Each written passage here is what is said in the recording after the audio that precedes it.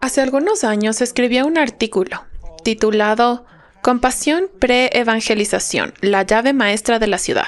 Realmente no me gusta mucho el término pre-evangelismo porque creo que nosotros ejercitamos la compasión simplemente porque es la respuesta cuando hay necesidad de compasión. Sí creo que abrirá puertas para compartir el evangelio, pero sea como fuera, creo que él tiene algunos principios muy buenos aquí sobre cómo hacer un ministerio de compasión. Ahora, tengan en cuenta, si ustedes son una iglesia recién plantada, son una iglesia pequeña, no van a ser una iglesia grande. Por lo tanto, sus recursos son bastante limitados usualmente. Puede que tengan algunos socios de otra iglesia que puedan venir a ayudarles, pero en la mayor parte, ustedes tendrán una cantidad muy limitada de tiempo y energía.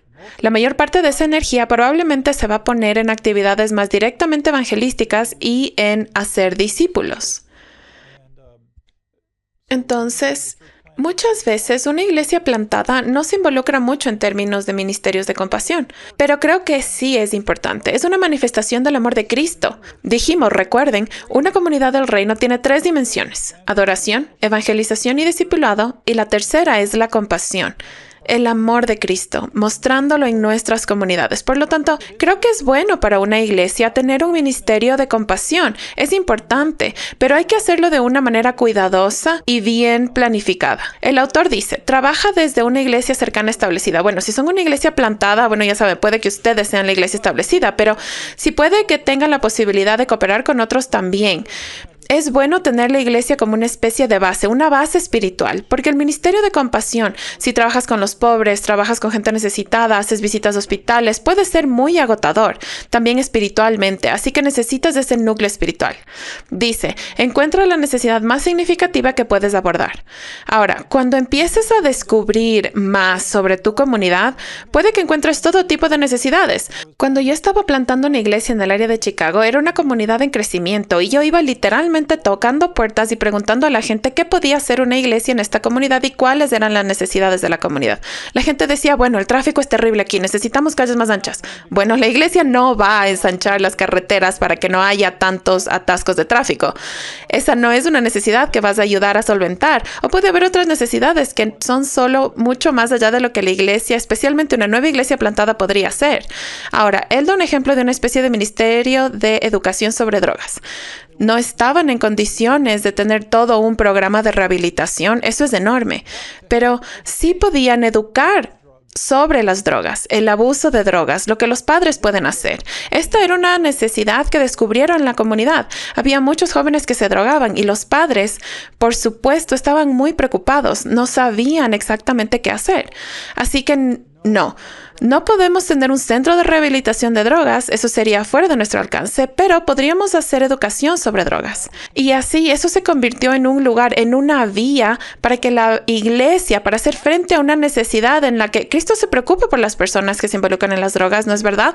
Y ser capaz de hacer frente a esa necesidad que incluso un no cristiano diría, eso es importante. Los cristianos son buenas personas y están aquí para ayudar. Ese fue uno de los ejemplos de eso. Involúcrate personalmente en el problema de la comunidad. En otras palabras, lo que estaba diciendo es que si tienes algo así, no abordes el problema desde un punto de vista puramente teórico. Reúnete con las personas afectadas. Conócelas. Escucha su historia. Llora con los que lloran. Conoce a ese joven cuya vida está siendo destruida por las drogas. Conoce a esos padres cuyos corazones están totalmente rotos.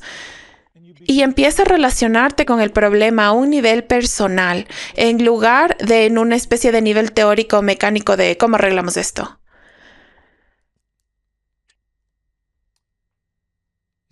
El autor dice, no ofrezcas las llamadas respuestas caseras a las necesidades. En otras palabras, hay que tener una buena forma, si es posible, una forma profesional para abordar esa necesidad.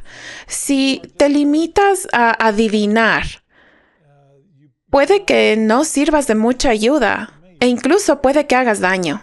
De hecho, en este caso, digamos con una educación sobre drogas, puede que no tengas un experto en drogadicción en tu iglesia, probablemente no lo tengas, pero podrías invitar a alguien. Tal vez hay un cristiano que es un experto en este campo de algún otro lugar y lo invitas a venir a hablar de esto.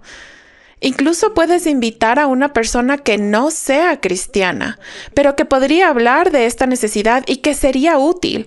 Sé de una iglesia Esto fue en Alemania y hubo un caso que se hizo muy famoso de un niño de escuela que había sido secuestrado. El niño estaba caminando a casa después de la escuela, creo, y fue secuestrado. Esto fue toda una sensación en los medios de comunicación, en los periódicos, la tele. Todo el mundo hablaba de esto y los padres se aterrorizaron. Ya sabes, ¿qué pasa con mi hijo caminando de la casa a la escuela? ¿Estás seguro? ¿Cómo puedo protegerlo? Y a pesar de que era un tipo de ocurrencia muy, muy rara, los padres estaban preocupados. Y esta era una gran preocupación. La iglesia dijo, mira, aquí hay gente que está realmente alterada. Vamos a tener una noche de información en nuestra iglesia. No va a ser un evento evangelístico per se. No vamos a compartir el evangelio en este evento. Vamos a abrir la iglesia como un lugar de encuentro. Invitemos a expertos de la comunidad. Invitemos a la policía local para que venga y dé información a los padres sobre la mejor manera de proteger a sus hijos y etcétera. O tal vez alguien de la escuela local que pueda venir y decir, ya sabes, ¿qué tenemos que enseñar a nuestros hijos acerca de no irse con extraños? Así que en realidad solo tenían gente de la comunidad allí. No era particularmente cristiano en sí, pero ¿qué hizo esa iglesia? Ellos mostraron a la comunidad, ustedes nos importan. Nos preocupamos por lo que les importa a ustedes porque Cristo se preocupa por lo que a ustedes les preocupa. Cristo se preocupa por sus hijos y si un oficial de policía secular o un oficial de escuela secular puede dar información, eso está bien.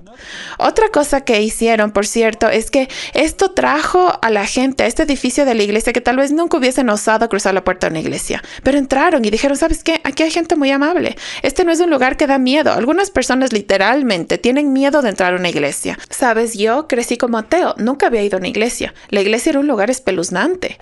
Y tenía amigos católicos y me contaban todas estas cosas espeluznantes que suceden en la iglesia y eso era un poco aterrador. O a veces la gente dice, oh, es pecado entrar a una iglesia protestante o algo así. Así que a veces es solo conseguir que la gente entre en el edificio y ser amables y decir, sí, estamos aquí para la comunidad, no pasa nada, no nos estamos aislando. Entonces, esa es otra opción. Pero solo obtener buena información para ayudar realmente a satisfacer esa necesidad cualquiera que sea. Él dice, asóciate con aquellos que ya están tratando de satisfacer la necesidad.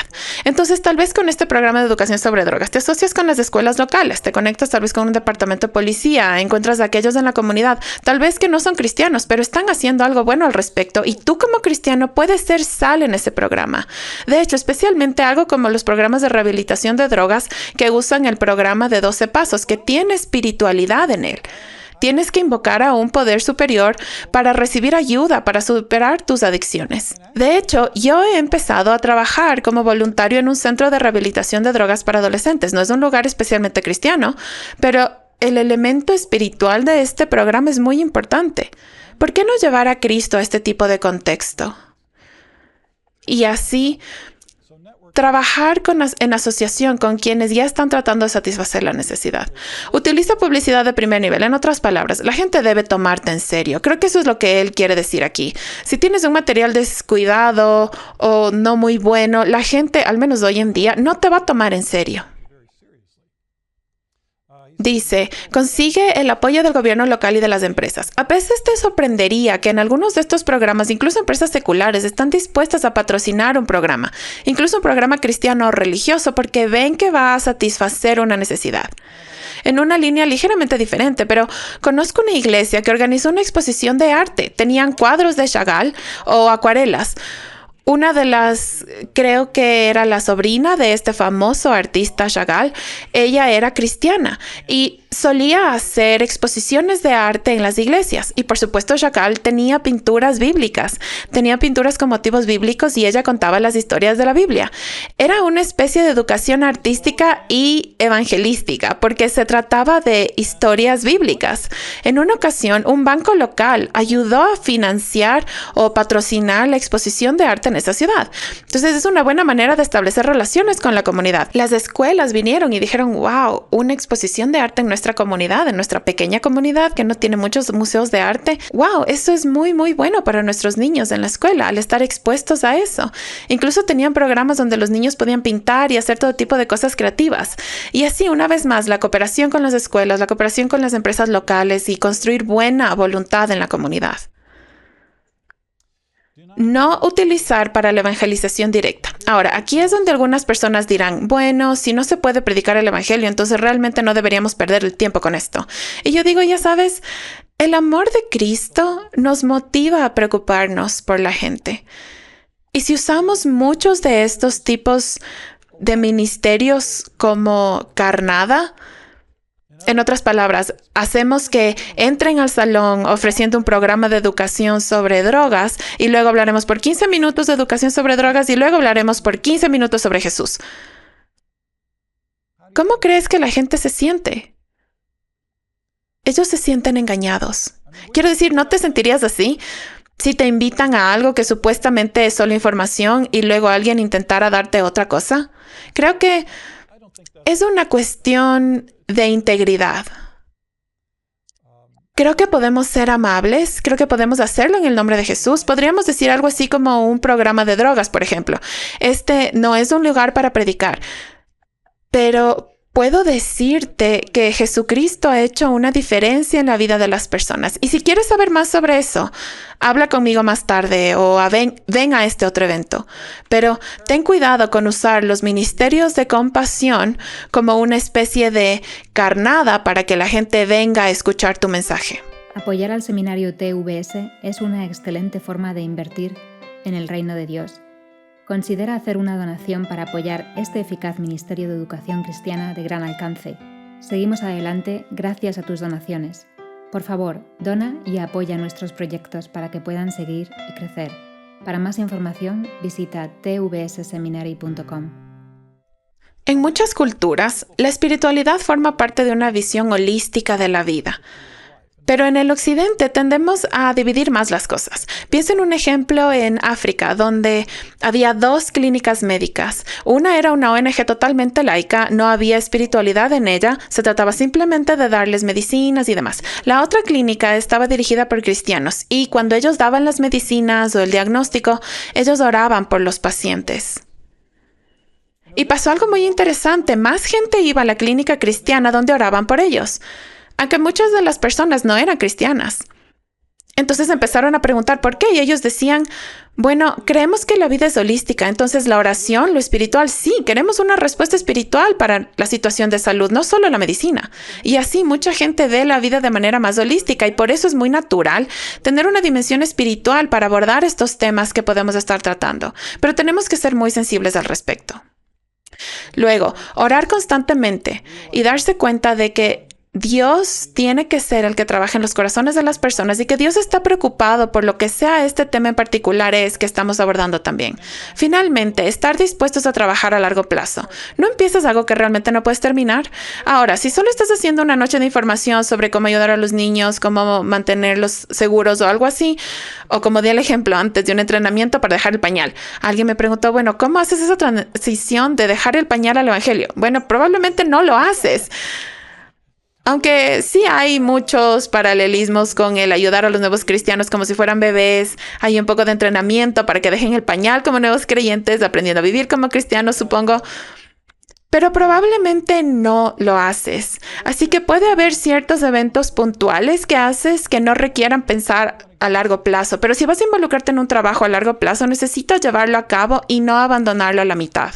Estábamos involucrados en el trabajo con refugiados en la comunidad en la que trabajábamos en Newmarket. Y en la primera iglesia alemana en la que participamos en la plantación de iglesias, había refugiados de África, habían refugiados de Irán.